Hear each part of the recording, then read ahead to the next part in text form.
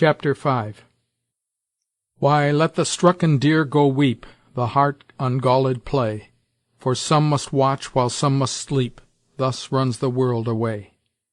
Hamlet, Act 3, Scene 2, lines 271 through 274. Another consultation took place in the forward part of the scow, at which both Judith and Hetty were present. As no danger could now approach unseen, immediate uneasiness had given place to the concern which attended the conviction that enemies were in considerable force on the shores of the lake, and that they might be sure no practicable means of accomplishing their own destruction would be neglected. As a matter of course, Hutter felt these truths the deepest, his daughters having an habitual reliance on his resources, and knowing too little to appreciate fully all the risks they ran. While his male companions were at liberty to quit him at any moment they saw fit.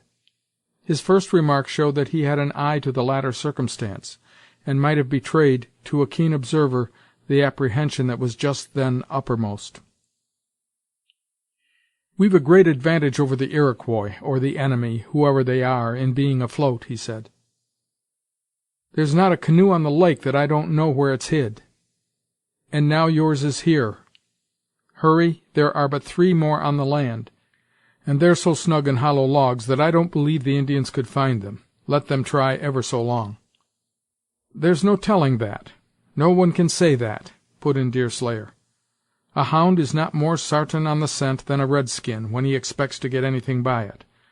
Let this party see scalps afore 'em, or plunder, or honor according to their ideas of what honor is, and 'twill be a tight log that hides a canoe from their eyes." "You're right, Deerslayer," cried Harry March.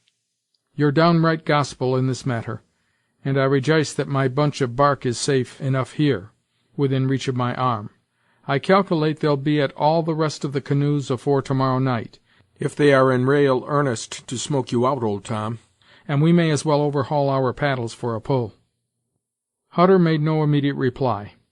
He looked about him in silence for quite a minute, examining the sky, the lake, and the belt of forest which enclosed it, as it might be hermetically, like one consulting their signs, nor did he find any alarming symptoms.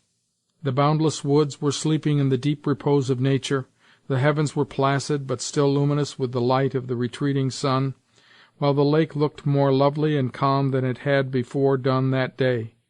It was a scene altogether soothing, and of a character to lull the passions into a species of holy calm. How far this effect was produced, however, on the party in the ark, must appear in the progress of our narrative. "Judith," called out the father, when he had taken this close but short survey of the omens, "night is at hand. Find our friends food. A long march gives a sharp appetite." "We're not starving, Master Hutter," March observed, "for we filled up just as we reached the lake, and for one, I prefer the company of Jude even to her supper. This quiet evening is very agreeable to sit by her side." "Nature is nature," objected Hutter, "and must be fed. Judith, see to the meal, and take your sister to help you. I've a little discourse to hold with you, friends," he continued, as soon as his daughters were out of hearing, "and wish the girls away. You see my situation, and I should like to hear your opinions concerning what is best to be done. 3 times have I been burnt out already, but that was on the shore, and I've considered myself as pretty safe ever since I got the castle built, and the ark afloat. My other accidents, however, happened in peaceable times, being nothing more than such flurries as a man must meet with, in the woods. But this matter looks serious, and your ideas would greatly relieve my mind."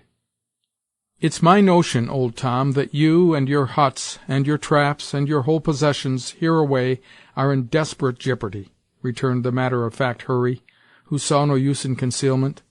"According to my idees of valie, they're altogether not worth half as much to-day as they was yesterday, nor would I give more for 'em, takin' the pay in skins." "Then I've children," continued the father, making the allusion in a way that it might have puzzled even an indifferent observer to say was intended as a bait, or as an exclamation of paternal concern. "Daughters, as you know, Hurry, and good girls too, I may say, though I am their father." "A man may say anything, Master Hutter, particularly when pressed by time and circumstances. You've darters, as you say, and one of them hasn't her equal on the frontiers for good looks, whatever she may have for good behavior. As for poor Hetty, she's Hetty Hutter, and that's as much as one can say about the poor thing. Give me Jude, if her conduct was only equal to her looks."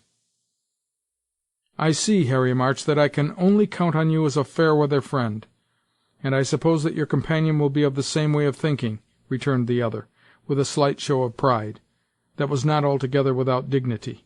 "Well, I must depend on Providence, which will not turn a deaf ear, perhaps, to a father's prayers."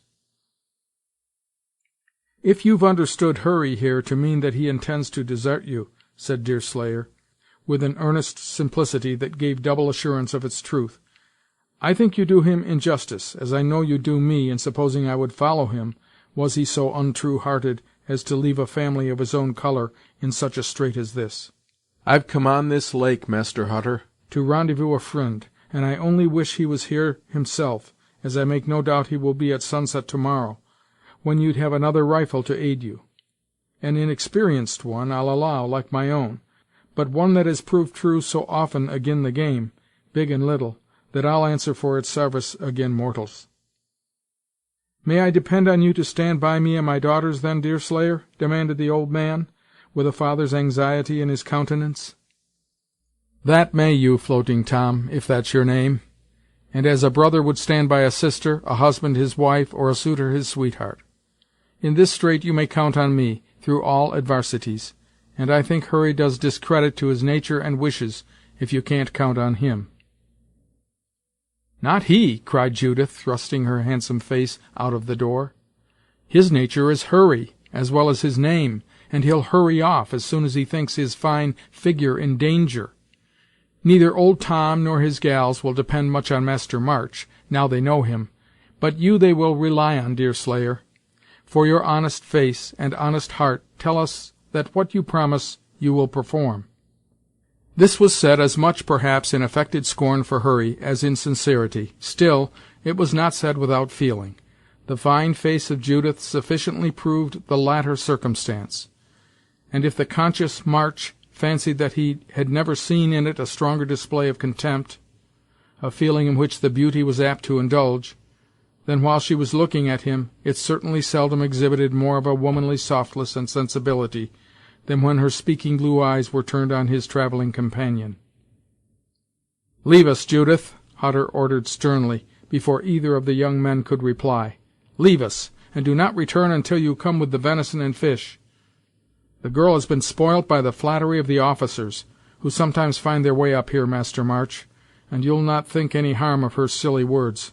"You never said truer syllable, old Tom," retorted Hurry, who smarted under Judith's observations. "The devil-tongued youngsters of the garrison have proved her undoing. I scarce know Jude any longer, and shall soon take to admiring her sister, who is getting to be much more to my fancy." "I'm glad to hear this, Harry, and look upon it as a sign that you're coming to your right senses. Hetty would make a much safer and more rational companion than Jude, and would be much the most likely to listen to your suit, as the officers have, I greatly fear, unsettled her sister's mind." "No man needs a safer wife than Hetty," said Hurry, laughing, "though I'll not answer for her being of the most rational. But no matter. Deerslayer has not misconceived me when he told you I should be found at my post. I'll not quit you, Uncle Tom, just now, whatever may be my feelin's and intentions respecting your eldest darter." Hurry had a respectable reputation for prowess among his associates, and Hutter heard this pledge with a satisfaction that was not concealed.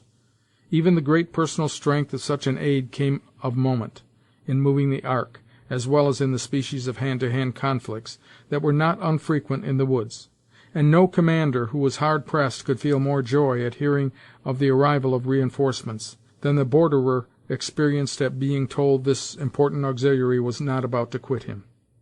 A minute before, Hutter would have been well content to compromise his danger by entering into a compact to act only on the defensive, but no sooner did he feel some security on this point than the restlessness of man induced him to think of the means of carrying the war into the enemy's country. "High prices are offered for scalps on both sides," he observed, with a grim smile, as if he felt the force of the inducement at the very time he wished to effect a superiority to earning money by means that the ordinary feelings of those who aspire to be civilized men repudiated, even while they were adopted. It isn't right, perhaps, to take gold for human blood, and yet, when mankind is busy in killing one another, there can be no great harm in adding a little bit of skin to the plunder. What's your sentiments, Hurry, touching these points?" "That you've made a vast mistake, old man, in calling savage blood human blood at all. I think no more of a redskin's scalp than I do of a pair of wolf's ears, and would just as lief finger money for the one as for the other. With white people 'tis different, for they've a natural aversion to being scalped, whereas your Indian shaves his head in readiness for the knife, and leaves a lock of hair by way of braggadocio, that one can lay hold of in the bargain. That's manly, however, and I felt from the first that we had only to get you on our side to have your heart and hand," returned Tom, losing all his reserve, as he gained a renewed confidence in the disposition of his companions. "Something more may turn up from this inroad of redskins than they bargained for. Deerslayer, I conclude you're of Hurry's way of thinking, and look upon money arned in this way as being as likely to pass as money arned in trapping or hunting." "I've no such feelin', nor any wish to harbor it, not I," returned the other. "My gifts are not scalpers' gifts, but such as belong to my religion and color. I'll stand by you, old man, in the ark or in the castle, the canoe or the woods, but I'll not unhumanize my nature by falling into ways that God intended for another race. If you and Hurry have got any thoughts that lean towards the colony's gold, go by yourselves in search of it, and leave the females to my care. Much as I must differ from you both on all gifts that do not properly belong to a white man, we shall agree that it is the duty of the strong to take care of the weak, especially when the last belong to them that nature intended man to protect and console by his gentleness and strength." "Hurry Harry, that is a lesson you might learn and practice on to some advantage," said the sweet but spirited voice of Judith from the cabin, a proof that she had overheard all that had hitherto been said. "No more of this, Jude," called out the father angrily. "Move farther off. We are about to talk of matters unfit for a woman to listen to." Hutter did not take any steps, however, to ascertain whether he was obeyed or not, but, dropping his voice a little, he pursued the discourse. "The young man is right, Hurry," he said, "and we can leave the children in his care. Now, my idea is just this, and I think you'll agree that it is rational and correct. There's a large party of these savages on shore, and, though I didn't tell it before the girls, for they're womanish and apt to be troublesome when anything like real work is to be done, there's women among 'em. This I know from moccasin prints, and 'tis likely they are hunters, after all, who have been out so long that they know nothing of the war, or of the bounties. In which case, old Tom, why was their first salute an attempt to cut our throats? We don't know that their design was so bloody. It's natural and easy for an Indian to fall into ambushes and surprises, and no doubt they wished to get on board the ark first, and to make their conditions afterwards. That a disapp'inted savage should fire at us is in rule, and I think nothing of that. Besides, how often they burned me out, and robbed my traps, ay, and pulled trigger on me, in the most peaceful times." "The blackguards will do such things, I must allow, and we pay 'em off pretty much in their own sin." "And, so far, there's reason in your idee." "Nor would a hunter be in his war paint," returned Deerslayer. "I saw the Mingos, and I know that they are out on the trail of mortal men, and not for beaver or deer." "There you have it again, old fellow," said Hurry. "In the way of an eye, now, I'd as soon trust this young man as trust the oldest settler in the colony. If he says paint, why paint it was." "Then a hunting party and a war party have met, for women must have been with 'em. It's only a few days since the runner went through with the tidings of the troubles, and it may be that warriors have come out to call in their women and children, to get an early blow." "That would stand the courts, and is just the truth," cried Hurry. "You've got it now, old Tom, and I should like to hear what you mean to make out of it." "The Bounty," returned the other, looking up at his attentive companion in a cool, sullen manner, in which, however, heartless cupidity and indifference to the means were far more conspicuous than any feelings of animosity or revenge. "If there's women, there's children, and big and little have scalps. The colony pays for all alike." "More shame to it that it should do so," interrupted Deerslayer. "More shame to it that it don't understand its gifts, and pay greater attention to the will of God." "Hearken to reason, lad, and don't cry out afore you understand a case," returned the unmoved Hurry. "The savages scalp your friends, the Delawares, or Mohicans, whichever they may be, among the rest; and why shouldn't we scalp? I will own, it would be ag'in right for you and me, now, to go into the settlements and bring out scalps; but it's a very different matter as concerns Indians. A man shouldn't take scalps, if he isn't ready to be scalped himself, on fitting occasions. One good turn deserves another, the world over. That's reason, and I believe it to be good religion." "Ay, Master Hurry," again interrupted the rich voice of Judith, "is it religion to say that one bad turn deserves another?" "I'll never reason ag'in you, Judy, for you beat me with beauty, if you can't with sense. Here's the Canadas paying their Injins for scalps, and why not we pay—" "Our Indians!" exclaimed the girl, laughing with a sort of melancholy merriment. "Father, think no more of this, and listen to the advice of Deerslayer, who has a conscience, which is more than I can say or think of Harry March."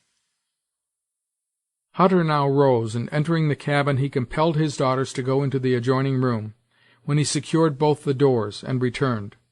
Then he and Hurry pursued the subject, but as the purport of all that was material in this discourse will appear in the narrative, it need not be related here in detail. The reader, however, can have no difficulty in comprehending the morality that presided over their conference. It was, in truth, that which, in some form or other, rules most of the acts of men, and in which the controlling principle is that one wrong will justify another. Their enemies paid for scalps, and this was sufficient to justify the colony for retaliating. It is true, the French used the same argument, a circumstance, as Hurry took occasion to observe in answer to one of Deerslayer's objections, that proved its truth, as mortal enemies would not be likely to have recourse to the same reason unless it were a good one.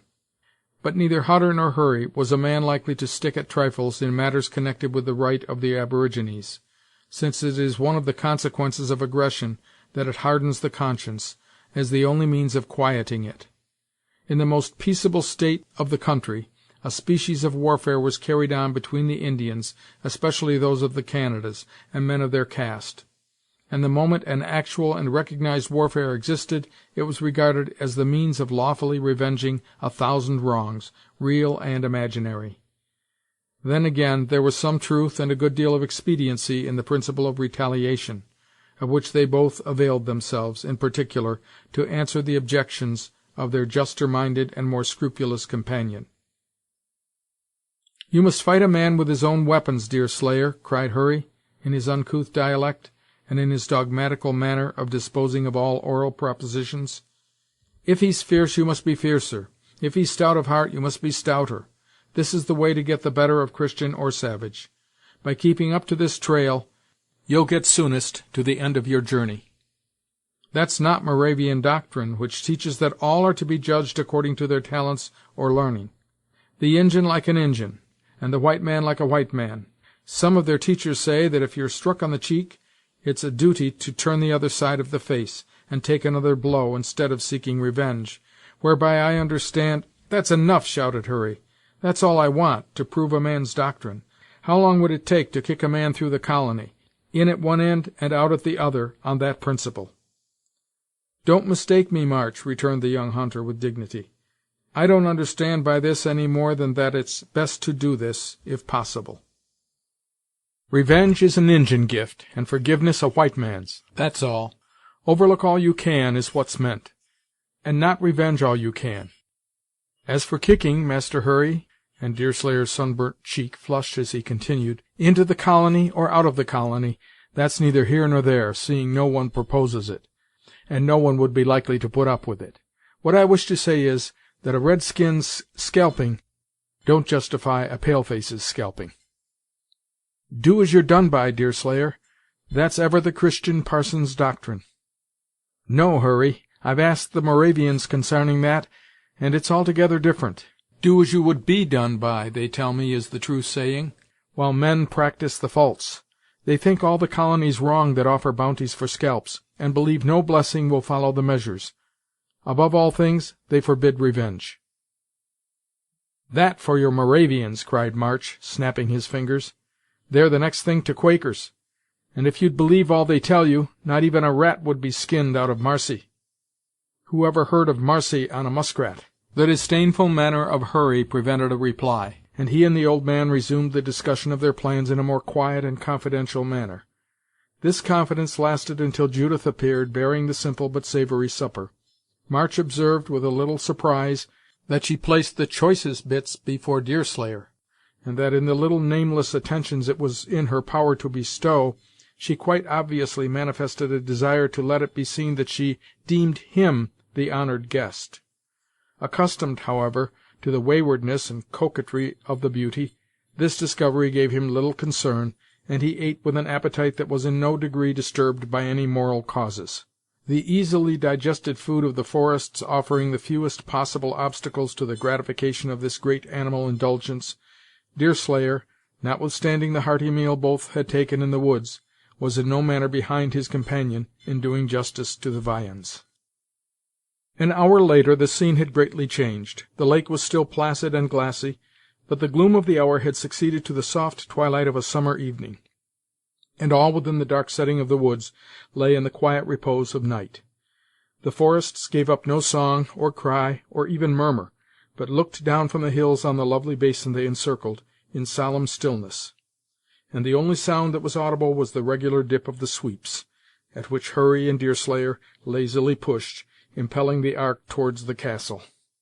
Hutter had withdrawn to the stern of the scow in order to steer, but finding that the young men kept even strokes and held the desired course by their own skill, he permitted the oar to drag in the water, took a seat on the end of the vessel, and lighted his pipe.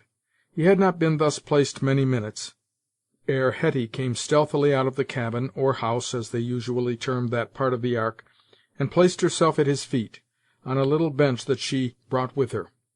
As this movement was by no means unusual in his feeble-minded child, the old man paid no other attention to it than to lay his hand kindly on her head, in an affectionate and approving manner, an act of grace that the girl received in meek silence. After a pause of several minutes, Hetty began to sing. Her voice was low and tremulous, but it was earnest and solemn.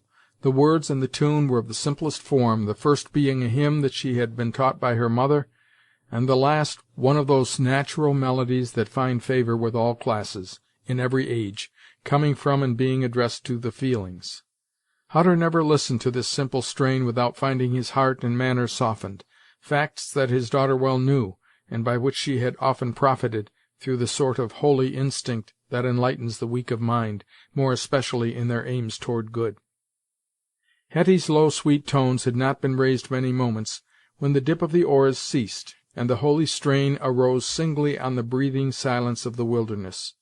As if she gathered courage with the theme, her powers appeared to increase as she proceeded, and though nothing vulgar or noisy mingled in her melody, its strength and melancholy tenderness grew on the ear, until the air was filled with this simple homage of a soul that seemed almost spotless. That the men forward were not indifferent to this touching interruption was proved by their inaction, nor did their oars again dip until the last of the sweet sounds had actually died among the remarkable shores, which, at that witching hour, would waft even the lowest modulations of the human voice more than a mile. Hutter was much affected, for rude as he was by early habits, and even ruthless as he had got to be by long exposure to the practices of the wilderness, his nature was of that fearful mixture of good and evil that so generally enters into the moral composition of man. "You are sad to-night, child," said the father, whose manner and language usually assumed some of the gentleness and elevation of the civilized life he had led in youth, when he thus communed with this particular child. "We have just escaped from enemies, and ought rather to rejoice." "You can never do it, father," said Hetty in a low, remonstrating manner, taking his hard, knotty hand into both her own. "You have talked long with Harry March, but neither of you have the heart to do it." "This is going beyond your means, foolish child. You must have been naughty enough to have listened, or you could know nothing of our talk. Why should you and Hurry kill people, especially women and children? Peace, girl, peace. We are at war, and must do to our enemies as our enemies would do to us. I heard Deerslayer say how it was. You must do to your enemies as you wish your enemies would do to you. No man wishes his enemies to kill him. We kill our enemies in war, girl, lest they should kill us. One side or the other must begin, and them that begin first are most apt to get the victory. You know nothing about these things, poor Hetty, and had best say nothing." "Judith says it is wrong, father, and Judith has sense, though I have none." "Jude understands better than to talk to me of these matters, for she has sense, as you say, and knows I'll not bear it. Which would you prefer, Hetty, to have your own scalp taken, and sold to the French, or that we should kill our enemies, and keep them from harming us?" "That's not it, father. Don't kill them, nor let them kill us. Sell your skins, and get more if you can, but don't sell human blood." "Come, come, child, let us talk of matters you understand. Are you glad to see our old friend March back again? You like Hurry, and must know that one day he may be your brother, if not something nearer." "That can't be, father," returned the girl after a considerable pause. "Hurry has had one father and one mother, and people never have two. So much for your weak mind, Hetty. When Jude marries, her husband's father will be her father, and her husband's sister her sister. If she should marry Hurry, then he will be your brother." "Judith will never have Hurry," returned the girl mildly, but positively. "Judith don't like Hurry." "That's more than you can know, Hetty. Harry March is the handsomest and the strongest and the boldest young man that ever visits the lake; and, as Jude is the greatest beauty, I don't see why they shouldn't come together. He has as much promised that he will enter into this job with me, on condition that I'll consent." Hetty began to move her body back and forth, and otherwise, to express mental agitation, but she made no answer for more than a minute. Her father, accustomed to her manner, and suspecting no immediate cause of concern, continued to smoke with the apparent phlegm which would seem to belong to that particular species of enjoyment. "Hurry is handsome, father," said Hetty, with a simple emphasis that she might have hesitated about using, had her mind been more alive to the inferences of others. "I told you so, child," muttered old Hutter, without removing the pipe from between his teeth. "He's the likeliest youth in these parts, and Jude is the likeliest young woman I've met with since her poor mother was in her best days." "Is it wicked to be ugly, father?" "One might be guilty of worse things, but you're by no means ugly, though not so comely as Jude." "Is Judith any happier for being so handsome?" "She may be, child, and she may not be. But talk of other matters now, for you hardly understand these, poor Hetty. How do you like our new acquaintance, Deerslayer?" "He isn't handsome, father. Hurry is far handsomer than Deerslayer." "That's true, but they say he is a noted hunter. His fame had reached me before I ever saw him, and I did hope he would prove to be as stout a warrior as he is dexterous with the deer. All men are not alike, howsever, child, and it takes time, as I know by experience, to give a man a true wilderness heart." "Have I got a wilderness heart, father? And Hurry, is his heart true wilderness?" "You sometimes ask queer questions, Hetty. Your heart is good, child, and fitter for the settlements than for the woods, while your reason is fitter for the woods than for the settlements." "Why has Judith more reason than I, father?" "Heaven help thee, child. This is more than I can answer. God gives sense, and appearance, and all these things, and he grants them as he seeth fit. Dost thou wish for more sense?" "Not I. The little I have troubles me, for when I think the hardest, then I feel the unhappiest. I don't believe thinking is good for me, though I do wish I was as handsome as Judith." "Why so, poor child?" "Thy sister's beauty may cause her trouble, as it caused her mother before her. It's no advantage, Hetty, to be so marked for anything as to become an object of envy, or to be sought after more than others." "Mother was good, if she was handsome," returned the girl, the tears starting to her eyes, as usually happened when she adverted to her deceased parent. Old Hutter, if not equally affected, was moody and silent at this allusion to his wife. He continued smoking, without appearing disposed to make any answer, until his simple-minded daughter repeated her remark, in a way to show that she felt uneasiness, lest he might be inclined to deny her assertion. Then he knocked the ashes out of his pipe, and, laying his hand in a sort of rough kindness on the girl's head, he made a reply. "Thy mother was too good for this world," he said, "though others might not think so. Her good looks did not befriend her, and you have no occasion to mourn that you are not as much like her as your sister. Think less of beauty, child, and more of your duty, and you'll be as happy on this lake as you could be in the king's palace." "I know it, father, but Hurry says beauty is everything in a young woman." Hutter made an ejaculation expressive of dissatisfaction, and went forward, passing through the house in order to do so.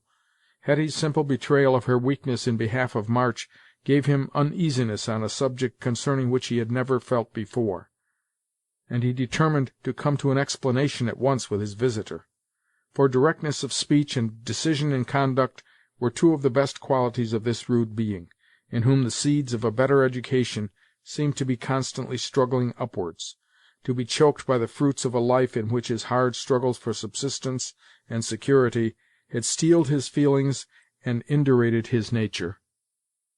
When he reached the forward end of the scow, he manifested an intention to relieve Deerslayer at the oar, directing the latter to take his own place aft.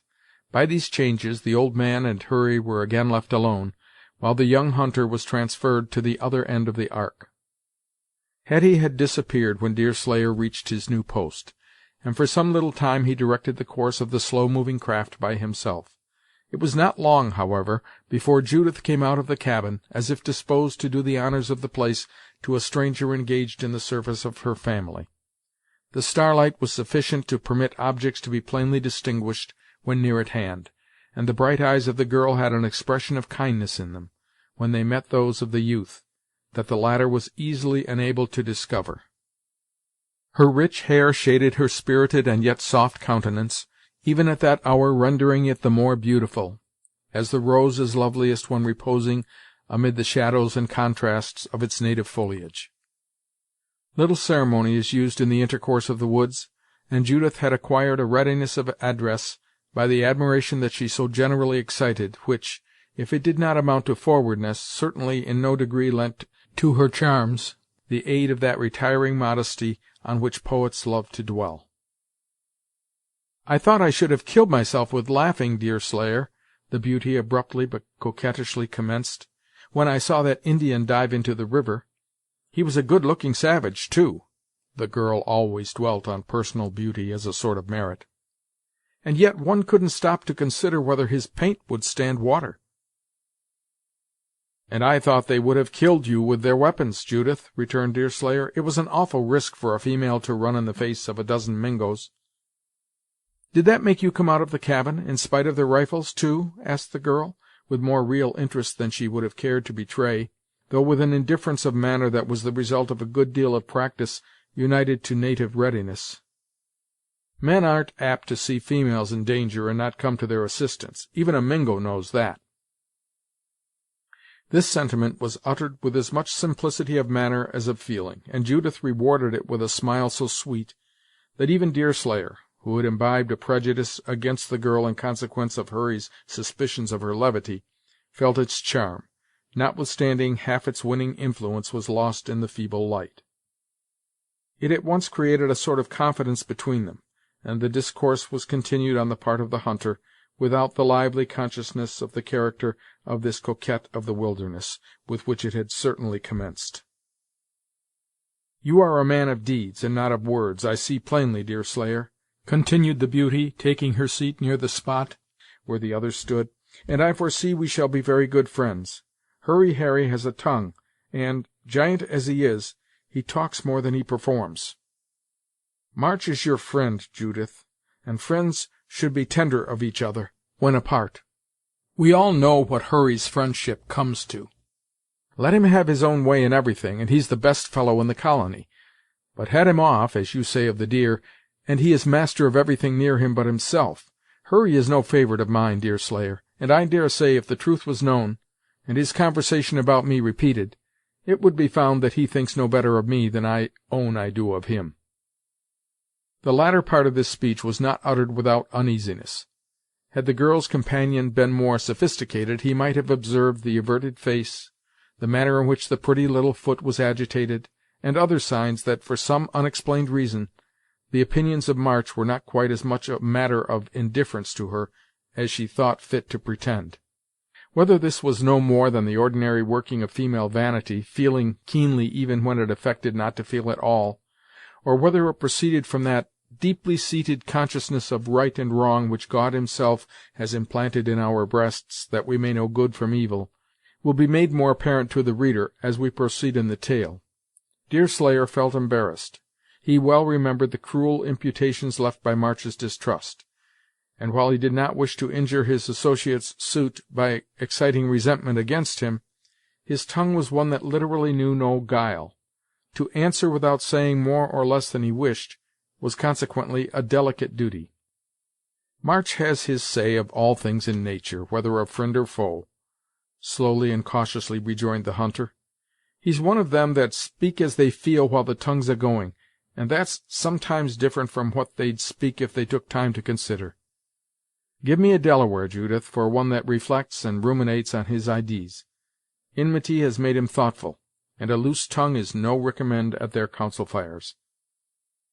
I dare say March's tongue goes free enough when it gets on the subject of Judith Hutter and her sister, said the girl, rousing herself, as if in careless disdain.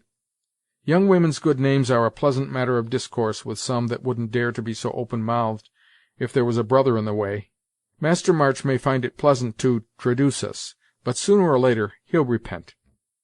Nay, Judith, this is taking the matter up too much in arnest. Hurry has never whispered a syllable ag'in the good name of Hetty, to begin with.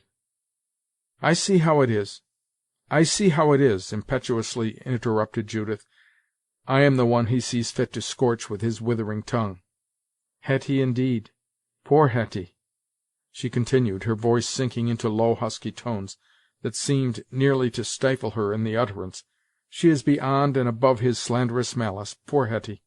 If God has created her feeble-minded, the weakness lies altogether on the side of errors of which she seems to know nothing.